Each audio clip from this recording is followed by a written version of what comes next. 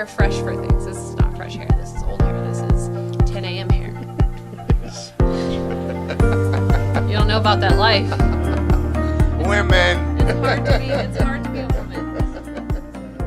So we're here with Melissa Golden from Stemcellix, here located locally here in Tampa, Florida. And thank you so much for coming down here. I really appreciate you coming.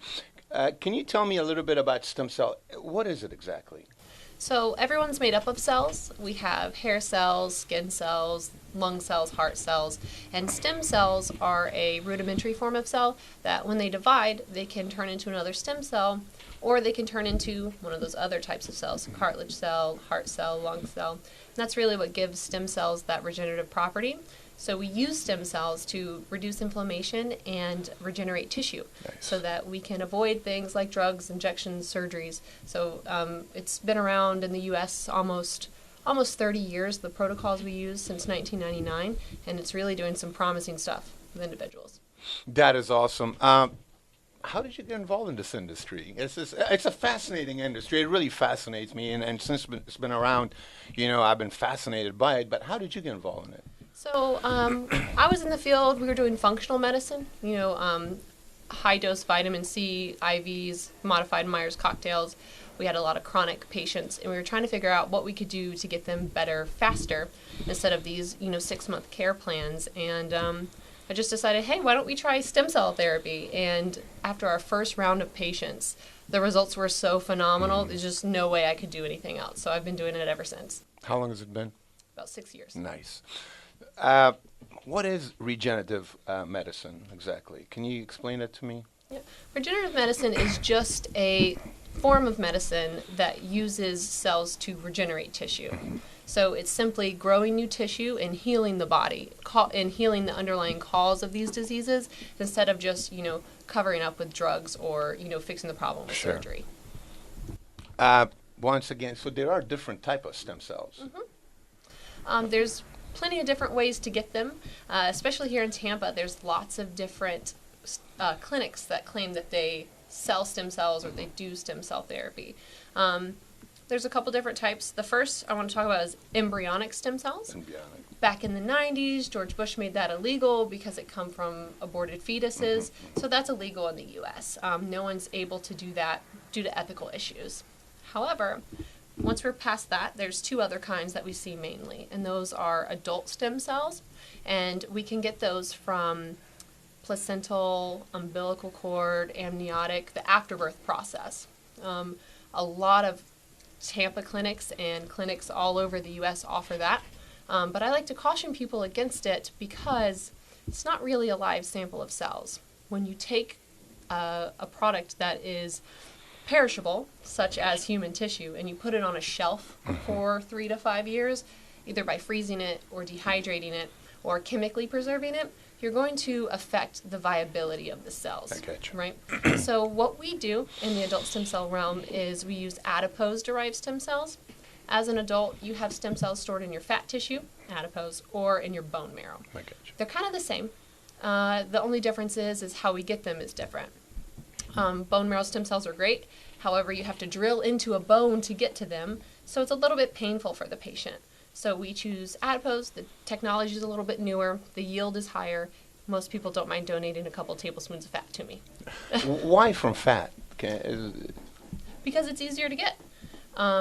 There's a couple studies I can show you. You have over 500 times more yield of stem cells from the fat tissue. And we actually extract it from the belly fat. From the belly. So most people have no problem donating a tablespoon or two. Not bad. Right. So that's how much it is, a couple tablespoons? Yep, depending on the condition and how many different areas we treat, it could be up to 4 to 6 tablespoons of fat, which is not a lot. I got you. So is stem cell just for orthopedic purposes, or you can use it for all other type of purposes also? They're not for everything, but Okay. they can treat a lot.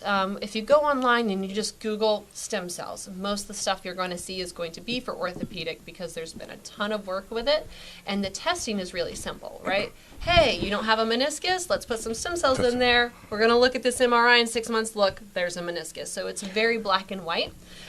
So outside of orthopedic, which we can treat, injuries, tears. We can also treat the degenerative side, osteoarthritis. We can treat autoimmune conditions. We can treat pulmonary conditions like COPD. Wow. We also have an anti-aging division where we do facial rejuvenation, erectile dysfunction, hair regeneration, those sorts of things. So you can pretty much almost do just about everything with this. Not everything, but if it's degenerative or inflammatory in nature, most likely stem cells are going to be a good fit. So somebody like me who's been involved in fitness for almost 4 decades, 39 years of lifting, and the first 20 years I lift heavy because that's what they used to tell us all the time. Mm-hmm. I don't believe in heavy lifting obviously anymore, but for someone like me who had several surgeries and injuries and disc problems and nerve issues, I had epicondylitis, tendonitis, tennis elbows, carpal tunnel, or a herniated disc in L5 S1 area, and also bulge disc in thoracic, and a little bit problem with my knee. Yep. So for somebody like me, will this help? Absolutely.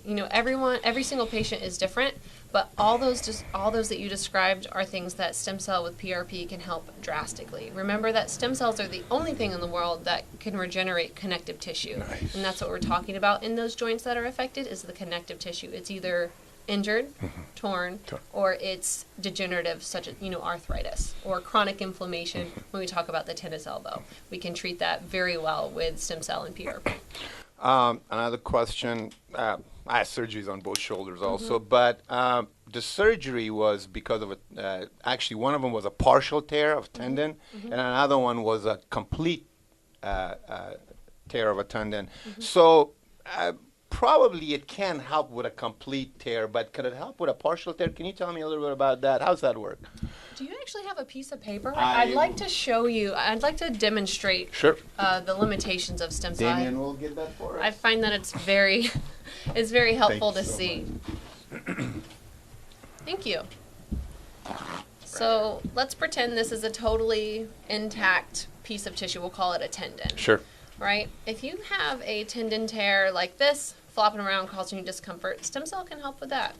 Even here, even here, even here. Wow. Right? If it's got an insertion point or an attachment point, we can use stem cells to regenerate that tissue and really mend it. Your body wants to fix itself. However, if you have a full thickness tear where there's no attachment point or insertion point, what's going to happen is we're going to send you to an orthopedic surgeon and say, hey, that has to be manually reattached, right? So yes, partial tears all the time. How does it heals around a partial tear? Can you tell me how stem cell actually just heals around the partial tear? Without getting too complicated, I would try to keep it as simple as I can. Okay. When you cut your finger, yes, your body heals that cut. Right. Your body wants to maintain a state of homeostasis, which simply means everything's even in the way it's supposed to be. So your body knows how to heal itself, and it wants to heal itself. Sometimes it just needs a little bit of help. So your body can heal partial tears on its own, sometimes over time if you don't continue lifting and hurting them for 40 years. Right. But what we do is we take those stem cells, introduce them in high concentrations into that affected area to speed up that process and mend those tissues together. That's how the stem cells work, because your body already knows how to heal itself. If you've been, obviously you injected, right? Mm-hmm. If you've been injecting one area, how long is it good for, first of all? The injection itself or the stem cell, how long is it good for? So stem cells are the process that we use. They're alive and viable for up to 1 year. Okay. So that means after the course of a year, will have regenerated a lot of tissue. Those results are long lasting. That doesn't mean that you have to go every year on the year to get those stem cells in there. What we're doing is actually healing that area. It's not like a drug or a cortisone injection. We're actually mending those tissues together and rebuilding more tissue. But if it needs to, you can inject that same area again? Yes, if need be. Most orthopedic cases are going to be a one-time stem cell injection. There are, exceptions to every rule, but if we do need to inject again, we can do that within a year, within a few months, whatever it be. There's no waiting period. You don't want to do it every day because there's really no need for that, but we can always re-inject if need be. Is it FDA approved? So, or if not, why? So we follow all FDA guidelines and Board of Medicine guidelines, Sure. but it's not approved by the FDA. And that's kind of a touchy subject. I like to explain to people that the FDA stands for the Food and Drug Administration, right? The cells that are in your body, those fat cells, those stem cells, that is neither a food nor a drug. But once we take it out and start using it in a practice of medicine, it should be controlled by the Board of Medicine, because the Board of Medicine controls what doctors do. Sure. Okay? So what we do is covered under the doctor-patient relationship. And as long as you don't modify or manipulate those cells in a way that causes them to be identified as a drug, it's covered under the doctor-patient relationship. So it's in this weird phase where technology and laws are not, one's growing faster than the other. And it's a legislative nightmare to say what you can do with your bodily tissue. Is that the reason that insurance companies not paying for it? What's the deal with that? I mean, everything you're telling me is so promising. Why the insurance wouldn't pay for that? So I'll keep all of my political views out of I this. understand. I'm sorry to put you in that situation, but I get asked it every day, and people pay $700-800 a month for their insurance, and they want it to pay for something that's going to help. Right. But they cover things that are approved by the FDA, and this is in that weird gray area, so it's not really covered. What we have noticed is that there are some, not health insurances, but faith-based health-sharing organizations. It's not insurance, it's like a pool where everyone pays for it. Sure. Some of those are actually helping to chip in and reimburse patients, but it is an out-of-pocket expense. So, can you use stem cell for cancer? There are clinics that treat cancer with stem cells. Stemcellix is not one of those clinics. It's a bit more involved and detailed, and you have to have oncologists on staff, and there's lots of studies being done with it, and the results look pretty promising. But here at Stemcellix, it's not something that we do. How about, do you do physical therapy or massage therapy after stem cell? Is it necessary, or how does that work? It's not necessary. The stem cells are going to be in that joint space rebuilding new tissue, but it never hurts. Physical therapy is good because we're staying active and we're training correct motions. Massage therapy is always good because blood flow. Blood flow is, as you know, the key to everything, the key to healing, and that's really going to help. So it's never a bad idea to use all these therapies in conjunction with stem cell to get great results. So another question is that, can you use someone else's stem cell to do a stem cell therapy? Does it have to be your family, or it can be a complete stranger? Can you give me a little bit of information about that? How does that work? At Stemcellix, we only use autologous cells, and that means we only use your cells for you all the time. Gotcha. When you start using other people's tissue, whether it's a match or not, you run into areas where perhaps there could be some sort of rejection. Sure. So it's not really necessary. Everyone has stem cells that we can use. And do you have to match it? No. Not really? No, because we're using your own stem cells. So your stem cells don't have to be matched. We take them out, use a proprietary cell wash system, enzymatic digestion to take those cells, and then we inject them back to you the same day. No matching necessary. So, Melissa, can you give me a little bit more information about how much fat you actually use? Because I'm sure people are curious about that. Everyone always asks if we could take a little bit more. We can't. We don't use plastic surgery type cannulas, so it's very, very small. We use a 3 millimeter cannula, which is about the size of the head of a pin. So it's very, very small. And we take, anywhere between 2 and 6 tablespoons, depending on what we're doing. And that all happens in our office, outpatient. You're awake the whole time. That sounds a little scary, but we actually numb you up. You talk to us, you get to pick your own music, and then we'll make an incision 0.5 centimeter wide in the lower abdomen, sometimes right below the belly button, sometimes below the bikini line on one side or the other. And we'll numb you up. It's basically like lidocaine, and we extract that tissue. And once we get that tissue out, you go sit in another room for an hour or so, hour and a half, watch TV, hang out while we process a specimen. And once we have it processed, we'll be able to inject that, in a shoulder, in a knee, wherever it needs to go. You guys doing the same day? Same day. How long is the needle? I'm sure people want to know that. Well, it depends on where we're injecting it, right? So some people have more tissue to get through than others. So like a hip injection, if you have more tissue in that area, we're going to have to use a bigger needle. But if we are injecting in a joint, we have to get into that joint space. The needle's not that scary, but everyone is mostly scared of the needles. We use like a freezy spray to numb the area so you don't really feel the needle going in. So you don't have to, they don't put you under? Nope, no general anesthesia. There's a few different reasons for that. Number one, general anesthesia is very risky. Right, sure. Another reason is a lot of our patients come to us because they're unhealthy enough. They're too unhealthy for surgery. Right. They can't have a knee replacement because they weigh 400 pounds and they won't put you under anesthesia. So we're able to do it all locally as low risk as possible.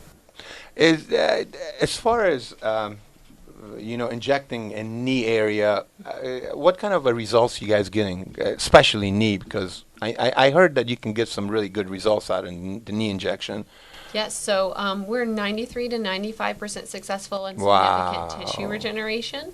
That's what I can quote from you with all the papers I can put in front of you. But I've been doing this for a long time. I've never seen a failed procedure. But you're only allowed to quote scientifically peer-reviewed, journals. Does it actually generate cartilage? Yes. So so many of us have been told, once your cartilage is gone, it's gone forever. Right. Once your brain cells are dead, they're dead forever. Right. Once your nerve fibers are dead, they're dead forever. Yes. That used to be true. 30 years ago, that was true. Some of us are still operating on those beliefs, but we found out about regenerative medicine, and you can grow cartilage back. You can see it on an MRI. So you can see knees that look like they're bone on bone, and then 8 weeks later, all the way up to a year later, rescan and see that it's gone from this much meniscus to this much meniscus on an MRI. And I can provide some of those results to you. It's really cool to look at. And brain cells also? You're kidding. Yes, so here at Stemcellix, we don't do any of the brain. Right. But I have a lot of colleagues that work with traumatic brain injuries and paralysis and those types of issues, and the results are phenomenal. It's crazy. I know one of the ladies, she was in a really bad car accident, and she had traumatic brain injury, and when she first started getting stem cells, she couldn't really do much for herself. She couldn't really talk, and now she's completely normal. She drives. The only thing you can tell is sometimes when she laughs, you could hear that something's a little off. That normally comes with traumatic brain injuries, and she's doing great. And it took her about 2 years worth of treatment, but she can walk and drive and do everything. Unbelievable. If you don't mind, can you give us the list of the things that it can help? Because I'm sure there's a lot of them, but just I'll cover the main ones. So I'll go by category. Orthopedic. We see a lot of torn meniscus, torn rotator cuff, osteoarthritis, bone-on-bone arthritis, tennis elbow, golfer's elbow, plantar fasciitis, avascular necrosis, anything that's degenerative in, degenerative disc disease. All of those things can be helped with stem cell. One of my personal favorites is our pulmonary division. So COPD. Have you ever seen anyone with end-stage COPD? I have, and it's horrible. It really is. It's suffocating to death, pretty much. Yeah, they all have this very similar look. They all have gray faces and like purplish blue lips, and they're most of the time wheelchair bound, not because they can't walk, but because when they walk, they get out of breath. They're on oxygen full time. And what we see when we use stem cells for those patients is that within a week or two, they start to have peachy cheeks and pink lips that they haven't had in years. And it is so beautiful to see because the whole family can see it, right? Like you can see if your mom has a pink face again. Sure. And it's the only thing in the world that's helping them get better. Normally, the process is here, have some albuterol, have some inhalers, have some breathing treatments, have some oxygen, and then nothing is solving the problem. It's just mitigating the symptoms while you're slowly dying. Could it help asthma? Asthma's a little bit different. The way asthma works, it's a reactionary thing. You have asthma attacks. But after you've had asthma all your life and you end up with COPD, then what we can do is use stem cells to decrease inflammation in the airways and also to regenerate lung tissue. So although it could help with symptoms for asthma, it can't cure asthma. Can you give me a little bit more information about lung tissues, stuff like that? A little bit more. What else can it do? So heart too? Heart too. Yes, it can generate. What can it do? That's what I want to know. I know it can do all that. What can it do? So it can't help you if you have a congenital deformity, right? So if you're bow-legged, right, you can't inject stem cells in there and straighten out your legs. Sure. It also can't help you if you have if your joint is fused together, right? Once your joint is fused together, I'm glad you told me that. The bones are actually together, and you can't put anything in there because it's a bone now. Right. And then once you've had surgical intervention, your anatomy has been altered. Like a fusion. Yes. So a fusion, we can't inject stem cells in you after you've had a fusion because now it was two and now it's one. Right. But if you've had a meniscus repair surgery where they took part of the meniscus out, we can still use stem cells to inject in there, but your results aren't going to be as great because we've altered the anatomy. The stem cells want to get you back to your original anatomy. So if we have rods and pins and screws and this, the stem cells aren't going to be able to do their job because there's hardware in the way. I gotcha. And the other thing I always like to tell everyone is once you've had a joint replaced, you now have a titanium joint. Yeah. And stem cells cannot regenerate tissue in a titanium joint. The only thing that you can have done after a joint replacement surgery is another revision joint replacement surgery. So guys, don't get a fusion. There's new technology out there now. Trust me. They tried to get me actually to get a fusion 20 years ago, and I told them no. But on the other hand, they got my brother to do a fusion, and he did do it, and he's pretty much done for life. And that was because the doctor hit a nerve when he was doing a surgery on L5S1. So I want to ask you a question, actually, for him. He's got a drop foot. Will it help that or not? It depends. It depends. If a nerve is completely severed and it's not attached, then there's not much we can do. So we would have to look over his MRIs. But I do want to talk a little bit about surgery because we're not anti-surgery. I'm not anti-surgery. I'm anti-unnecessary surgery. Right. There's a time and a place for surgery, but any good practitioner will tell you try everything before surgery because there's no going back. From opening someone up and doing a surgical procedure. So that's kind of where a stem cell comes in. I wish people would come to us first, but they always tend to come to us last. After they've tried thousands and thousands and thousands of dollars worth of treatment, they go, I guess I'll try stem cell. So I would like to get them beforehand. Well, the key is don't get the surgery, especially if there's a fusion involved, So can you tell us how they can get a hold of you? A little bit of information about your website and all that stuff. How can somebody, if they want a stem cell, they can get a hold of you locally in Tampa Bay area? So our website is www.stemcellix.org, org, not .com. And you can schedule an appointment on there. You can read all of our research articles. You can read our blog. But if you don't like computers, you can always call us. Our number is 813-938-7034. Someone answers the phone 24/7. And we're right here near Kennedy and West Shore, near the West Shore Mall. It's actually Kennedy and Manhattan, so you can drop in and see us. We have a beautiful office. I honestly, I really appreciate you coming down here. I learned so much from you. Will you mind coming again? We like to do that maybe once a month, and you have so much data. If you can bring some of that stuff, maybe we can, through 3D animation, we can even go more deep in depth and detail and show exactly how that really exactly works. Sure, I'll do that. That'd be awesome. Well, thank you so much. I really appreciate you, and part 2 is going to come up here in the next few weeks.